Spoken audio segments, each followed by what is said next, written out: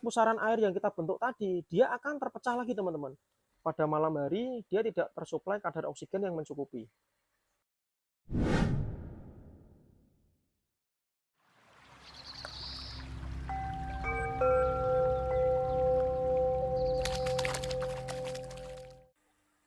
Selamat pagi teman-teman, Assalamualaikum warahmatullahi wabarakatuh. Kembali lagi di channel Peternak Dadakan. Kali ini saya akan membahas mengenai pengalaman saya setelah merubah keran masuknya air ke dalam media kolam ember. Saya rubah menggunakan Venturi Injector, dan inilah kelebihan dan kekurangan yang akan saya bahas pada video kali ini, agar nantinya dapat menambah wawasan buat teman-teman, terutama untuk para pemula yang saat ini tertarik untuk memulai budidaya ikan menggunakan metode sistem RAS, budik dumber seperti ini teman-teman. Hanya dengan menggunakan ember kapasitas 80 liter, kita bisa memulai budidaya ikan kecil-kecilan skala rumahan yang bisa digunakan untuk ketahanan pangan pribadi, untuk belajar, ataupun hanya untuk sekedar hobi, ataupun hanya untuk sekedar pajangan yang bisa kita tempatkan di lahan-lahan yang tidak terpakai di rumah kita, yang tentunya bisa lebih bermanfaat dan tentunya dapat menjadikan kita lebih produktif di sela-sela pekerjaan utama kita. Oke teman-teman, simak terus video kali ini, semoga dapat bermanfaat. Jangan lupa like, komen, dan subscribe supaya channel ini lebih berkembang dan dapat menginspirasi lebih banyak lagi teman-teman, terutama para generasi milenial, yang harapannya bisa semakin banyak lagi teman-teman yang tertarik untuk memulai berkegiatan di bidang perikanan. Baik teman-teman, langsung saja kita mulai pembahasan pada video kali ini. Saya akan membahas pengalaman saya setelah saya menggunakan Venturi Injector. Dari yang awalnya saya menggunakan keran yang saya tempatkan langsung menuju ke permukaan air untuk membuat pusaran air. Kali ini saya rubah menggunakan Venturi Injector, tujuannya agar dapat lebih maksimal dalam membentuk pusaran air seperti ini teman-teman. Bisa terlihat ya teman-teman ya. Di sini air keluar sudah terinjeksi dengan udara yang tersedot dari selang ini teman-teman. Dan selain itu kelebihannya suaranya lebih halus ya. Berbeda hanya jika kita pancarkan air keluar langsung dari keran, dia akan menciptakan suara gemercik air. Bisa dilihat ya teman-teman ya. Tidak ada ikan yang megap-megap seperti ciri-ciri ikan kekurangan oksigen. Dan di sini coba kita sambil kasih makan ya. Nafsu makan ikan sangat bagus sekali. Terbukti penggunaan Venturi Injector seperti ini juga sangat berpengaruh ya teman-teman ya, untuk menunjang keberhasilan dalam berbudidaya ikan, walaupun hanya menggunakan ember kapasitas 80 liter sekalipun. Di sini sudah tidak ada saya temukan kematian ikan setiap harinya, karena sebelum itu memang sudah saya persiapkan untuk kematangan cultness ya teman-teman ya. Nah, ini bisa dilihat teman-teman. Perbedaan cultness di sini ada dua warna ya, ada yang masih putih dan sudah ada yang coklat. Nah, ini memang saya tunjukkan buat teman-teman ya, untuk perbandingan. Jadi untuk yang coklat, dia sudah terbentuk atau sudah ditinggali bakteri nitrifikasi yang nantinya akan merubah nitrit menjadi nitrat dan menguraikan amoniak dari kotoran dan sisa-sisa pakan ikan. Dan nantinya air akan menjadi aman ketika kita sirkulasikan kembali lagi ke masing-masing kolam ember seperti ini teman-teman. Bisa terlihat ya. Jadi cultness yang masih putih-putih ini memang baru saja saya tebar di dalam sini, tujuannya agar nantinya bakteri yang sudah menetap di dalam cultness yang sudah matang, dia juga akan berkembang biak di dalam cultness yang masih kosong. Jadi prosesnya tidak serumit waktu kita pertama kali mematangkan cultness ya. Jika teman-teman sudah memiliki cultness yang sudah matang, ketika mau membuat media filtrasi biologis lebih besar lagi untuk kolam yang lebih banyak lagi, teman-teman tinggal tambahkan saja. Masukkan dulu aja ke dalam media filtrasi biologis yang sudah berjalan seperti ini. Gitu teman-teman. Jadi kita tidak perlu mentreatment seperti awal saat kita mematangkan cultness ya. Itu teman-teman. Jadi untuk penggunaan Venturi Injector ini tentunya juga ada kekurangannya teman-teman ya. Jadi kekurangannya ketika listrik mati, dia akan memvakum air yang ada di dalam masing-masing ember ini, teman-teman. Jadi ketika ini pompa stop, air akan tervakum lewat venturi injektor, tersedot kembali lagi ke dalam samteng. Pengalaman saya waktu itu, tiba-tiba saat mati lampu, air yang ada di dalam kolam ember ini, dia permukaannya lebih rendah daripada venturi injektor ini, teman-teman. Nah, kemudian ada air yang meluber lewat sini. Nah, ketika saya telusuri, ternyata air yang ada di dalam masing-masing ember ini dia tervakum, tersedot melalui venturi injektor, dia kembali ke dalam pompa. Ketika saya raba seperti ini, maaf ya teman-teman ya. Jadi lubang masuknya air di dalam pompa ini dia malah mengeluarkan air, teman-teman. Jadi ada arus air yang keluar. Namun teman-teman jangan khawatir ya.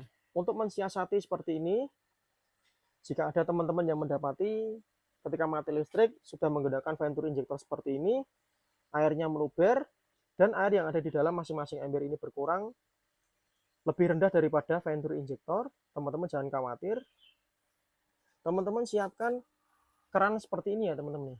Keran untuk kembalinya air dari samteng menuju samteng lagi. Nah, seperti ini teman-teman.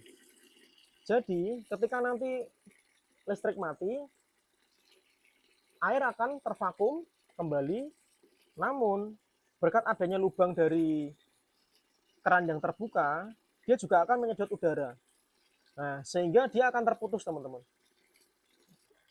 Di samping itu, tujuan dari keran ini saya gunakan untuk membuat gemercik air, supaya air yang ada di dalam samteng ini tidak dihinggapi nyamuk ya. Karena sifat air yang ada di dalam samteng ini, dia tenang, teman-teman. Tidak ada arus lagi, dia tenang. Nah, karena ini airnya berkurang ya, teman-teman ya. Maka saya tutup. Namun ketika airnya ini dia tinggi melebihi pipa output dari chamber filter biologis ini, saya tutup karena sudah ada arus air yang masuk, gemericik air ya teman-teman ya. Jadi kalau seperti ini nyamuk tidak akan hinggap dan masuk untuk berkembang biak. Itu ya teman-teman ya. Berbeda hanya kita menggunakan keran seperti pada awal saya membuat media budidamber atau budidaya ikan dalam ember seperti ini. Awalnya saya menggunakan keran yang langsung saya semprotkan atau pancarkan melalui samping, tujuannya untuk membuat pusaran air sehingga kotoran yang baru saja keluar dari perut ikan dia akan terkumpul di tengah karena adanya pusaran air, sehingga karena adanya kelebihan air yang tersuplai secara terus-menerus mengakibatkan kotoran tadi tersedot secara otomatis masuk ke dalam pipa SLO seperti ini. Ini ya teman-teman ya. Jadi kotoran itu otomatis tersedot. Karena di sini sudah tidak ada kotoran, maka tidak ada terlihat kotoran yang tersedot dari bawah ke atas. Namun teman-teman untuk yang penasaran bisa simak di video-video saya ya. Ada video yang memperlihatkan ketika adanya kotoran yang tersedot keluar. Jadi inilah bukti dari kotoran yang sudah tersedot ya teman-teman. Ini adalah chamber filter pengendapan atau pre-filter. Pre-filter isinya adalah kotoran yang langsung keluar dari masing-masing ember karena tersedot oleh pipa-pipa SLO ini teman-teman. Kalau teman-teman tanya ke saya apakah saya lebih memilih venturi injektor ataupun sistem keran seperti pada sebelumnya, saya lebih memilih venturi injektor seperti ini. Karena menurut saya dari suara yang ditimbulkan dia lebih halus ya teman-teman ya. Jadi tetangga kita itu tidak tahu kalau kita itu sedang memelihara ikan. Terbukti ya teman-teman ya, di sini sudah terbentuk pusaran air dan ikan di sini berenang melawan arus. Nah, ini menandakan bahwa sirkulasi sistem ras yang kita buat ini berjalan maksimal. Sehingga apa teman-teman? Kotoran yang ada di dalam ember ini bisa dipastikan bersih. Bagi teman-teman yang penasaran bisa simak di video saya. Nah, jadi kalaupun ini terjadi mati listrik, ikan saya masih bertahan, berani saya klaim lebih dari 4 jam. Karena saya sudah pernah mempraktekannya. Berbeda halnya kalau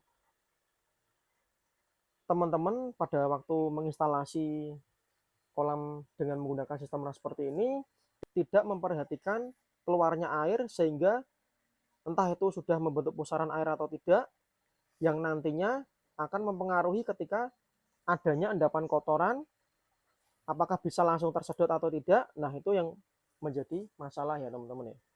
Karena banyak sekali teman-teman yang DM ke saya itu menanyakan, Bang, kenapa kok air di dalam media kolam saya kok masih tidak sejernih punya sampean gitu ya. Nah, kalau punya saya kan masih jernih ya teman-teman ya. Nah, karena apa teman-teman? Saya tidak menggunakan aerator. Nah, setelah saya mati, teman-teman itu banyak yang masih menggunakan aerator. Karena aerator itu ketika kita masukkan aerator di dalam sini teman-teman ya, sampai ke bawah. Jadi arus pusaran air yang kita bentuk tadi, dia akan terpecah lagi teman-teman. Sifat dari gelembung udara, ini dia akan membuat air naik beserta gelembung udara tadi ya teman-teman ya.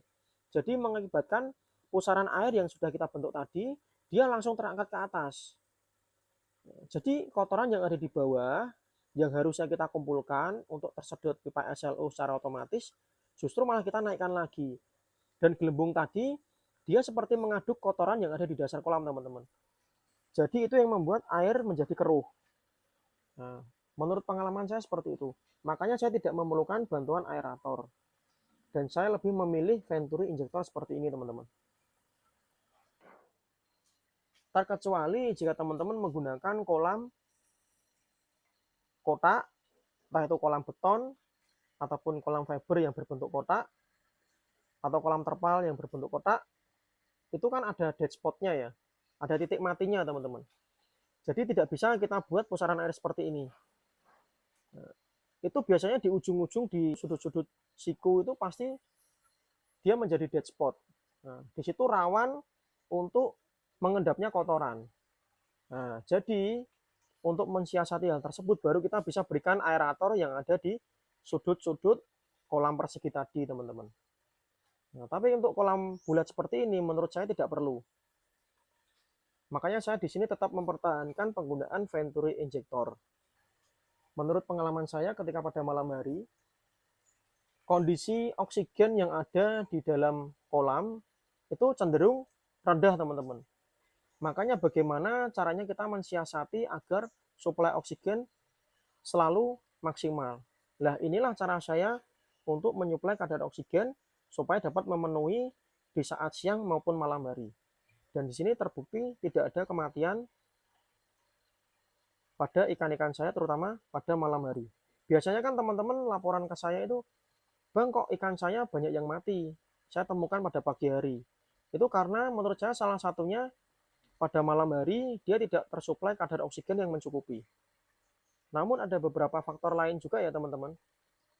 Bisa entah karena dia kualitas airnya yang buruk, bisa jadi karena pertumbuhan alga yang harusnya seimbang dan bisa dijadikan pakan tambahan atau pakan alami, dia pertumbuhannya menjadi pesat sehingga ikan akan keracunan. Nah, biasanya ikan keracunan itu kita temukan saat bangkainya itu berciri-ciri perutnya menghijau. Itu menandakan apa teman-teman? Pecah empedu. Karena dia terlalu banyak terkontaminasi racun. Nah, seperti itu ya teman-teman ya. Ini yang saya tahu. Mungkin bagi teman-teman para suhu yang sedang menyimak video saya dapat memberikan koreksi ataupun kita di sini bisa sharing bersama tentang pengalaman kita dalam berbudidaya ikan. Gitu ya teman-teman ya. Nah, jadi ketika teman-teman mendapati ikan mati dalam ciri-ciri tersebut, alangkah baiknya teman-teman memperkuat lagi dan memastikan dari kinerja dari filtrasi biologis ini teman-teman. Nah, jadi ciri-ciri filtrasi biologis ini yang sudah maksimal dalam menguraikan amonia, dia seperti ini ya. Dan jangan lupa berikan lampu UV. Nah, lampu UV ini kenapa saya berikan di akhir? Karena dia dapat membunuh bakteri-bakteri yang nantinya dapat merugikan, atau patogen-patogen yang dapat merugikan kualitas ikan, dan dapat membunuh benih-benih penyakit ya teman-teman ya. Jadi ini adalah kegunaan dari lampu UV. Selain itu juga bisa digunakan untuk menekan pertumbuhan lumut dan alga, supaya tidak banyak tumbuh di dalam masing-masing kolam ember. Makanya saya sangat memberikan perhatian kepada teman-teman, terutama pemula. Banyak sekali yang bertanya kepada saya, Bang, kalau semisal saya berikan cuma 3 filter bagaimana? Saya berikan 4 filter bagaimana? Saran saya, jangan. Karena setiap dari filter-filter ini, dia mekanisme atau fungsinya berbeda. Gitu ya teman-teman ya. Memang fungsinya sama untuk memfiltrasi air dari air yang kotor menjadi air yang bersih, betul. Namun lebih spesifiknya, kegunaan dari masing-masing chamber filter ini berbeda ya teman-teman ya. Seperti itu. Kenapa kok kita berikan pH buffer, filter mekanis, kita berikan media filter biologis? Nah, itu ada sebabnya masing-masing teman-teman. Ada alasannya masing-masing. Oke, kali ini sambil kita kasih makan dulu, melihat ikan-ikan saya sehat seperti ini dan airnya jernih, ini bisa saya gunakan untuk melepas stres ya teman-teman ya. Ketika saya baru pulang kerja dalam keadaan yang penat, saya langsung datang ke sini teman-teman. Ini adalah tempat untuk melepas penat saya. Terkadang saya di sini hanya sekedar untuk ngopi dan memberi makan ikan saya, itu sudah cukup untuk menghilangkan stres setelah saya bekerja seharian. Saya yakin pasti teman-teman juga ingin mempunyai budidaya ikan walaupun kecil-kecilan seperti ini. Selain itu, hanya dengan dimensi 2 kali 1 meter saja, teman-teman sudah bisa menggunakan lahan yang tidak terpakai dalam memulai budidaya ikannya. Bisa digunakan untuk ketahanan pangan, sekedar hobi, atau untuk sekedar belajar, nggak masalah teman-teman. Nah, ketika nanti teman-teman sudah menguasai ilmunya, teman-teman nantinya bisa menggunakan kolam-kolam drum seperti ini. Nah, ini 3 drum ini sedang saya istirahatkan dulu ya teman-teman ya, karena terus terang lahan saya ini sedang dipakai untuk menaruh barang perkakas ya. Ini perkakas bengkel dari orang tua saya yang saat ini tempatnya sedang direnovasi dan ini dijadikan untuk penyimpanan ya teman-teman. Ini rencana mau saya bersihkan dulu. Nantinya dari kolam-kolam drum ini saya akan rubah, pindah di sana seperti pada awal mulanya. Dan nantinya yang di sebelah sini akan saya persiapkan, entah nantinya saya akan membeli kolam fiber ataupun kolam terpal sehingga daya tampungnya lebih besar lagi dan nantinya bisa untuk saya gunakan sebagai tambahan penghasilan ya teman-teman. Nah, gitu teman-teman. Ini bisa digunakan untuk ikan lele, ikan bawal, ikan gurami, ikan nila seperti ini, ikan mujair, ataupun ikan-ikan air tawar lainnya.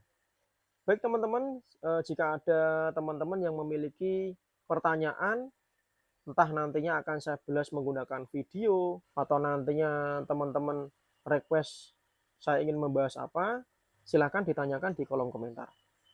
Segitu saja teman-teman, apa yang bisa saya sampaikan pada kesempatan kali ini. Bagi teman-teman yang memiliki pertanyaan seputar budidaya perikanan, menggunakan metode sistem RAS dengan ember seperti ini, atau menggunakan tong seperti ini, teman-teman bisa langsung DM, ataupun bisa langsung komen di kolom komentar. Nantinya insya Allah akan langsung saya balas, entah itu menggunakan video, atau langsung saya balas menggunakan komentar. Saya terbuka. Dan buat teman-teman yang saat ini sedang menyimak video saya yang lebih expert lagi, yang lebih berpengalaman di bidang perikanan, saya sangat mohon sekali untuk bisa dikoreksi apakah apa yang saya sampaikan salah. Dan saya amat sangat berterima kasih ketika para suhu-suhu ini dapat membantu saya untuk sharing share pengalaman terutama di bidang perikanan. Siapa tahu apa yang kita sampaikan ini dapat lebih menginspirasi teman-teman terutama para generasi milenial supaya perikanan di Indonesia ini lebih maju dan para generasi muda lebih banyak yang tertarik. Oke, cukup sekian teman-teman. Terima kasih sudah menyimak video pada kesempatan kali ini. Semoga dapat bermanfaat dan dapat memberikan wawasan kepada teman-teman semua. Jangan lupa like, follow, dan subscribe supaya channel ini lebih berkembang dan dapat menebar manfaat untuk banyak orang. Terima kasih. Assalamualaikum warahmatullahi wabarakatuh.